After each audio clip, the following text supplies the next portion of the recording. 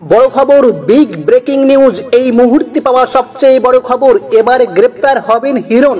BJP নেতার বিরুদ্ধে বিরাট নির্দেশ দিল কলকাতা হাইকোর্ট। তোলপাড় রাজ্য রাজনীতি, গোহারা হেরেছেন ভোটে, এবার আরও বিপাকে ঘাটাল লোকসভা কেন্দ্রের বিজেপি প্রার্থী হিরণ চট্টোপাধ্যায়।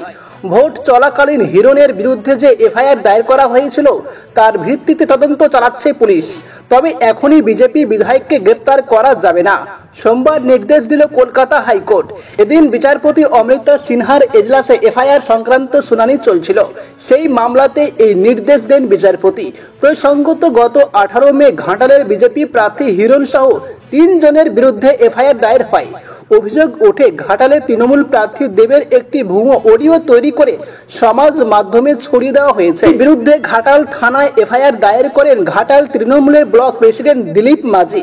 অভিযোগ ছিল, ভোটের আগে দেবের ভাবমূর্তি নষ্ট করার জন্য ভুয়ো অডিও তৈরি করা হচ্ছে।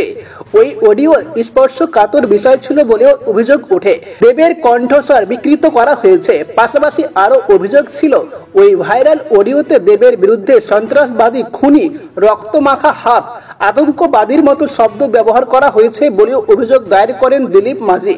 ওদিকে এই এফআইআরকে চ্যালেঞ্জ করে কলকাতা হাইকোর্টে দ্বারস্থ হন হিরণ। বিচারপতি সিনহার এজলাসে মামলা উঠলে ভোটের আগে পুলিশ তদন্তে স্থগিতাদেশ দিয়েছিল তিনি। পরবর্তী নির্দেশ না দেওয়া পর্যন্ত পুলিশ এই এফআইআর ভিত্তিতে তদন্ত করতে পারবে না বলে নির্দেশ দিয়েছিল হাইকোর্ট।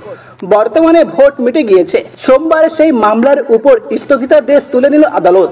এদিন এই মামলায় বিচারপতি জানিয়েছেন, বিজেপি নেতা হিরণের বিরুদ্ধে পুলিশ এবার তদন্ত শুরু করতে পারবে। তবে আদালতের অনুমতি ছাড়া হিরণকে গ্রেপ্তার করা যাবে না বলেও সাফ জানিয়েছেন বিচারপতি।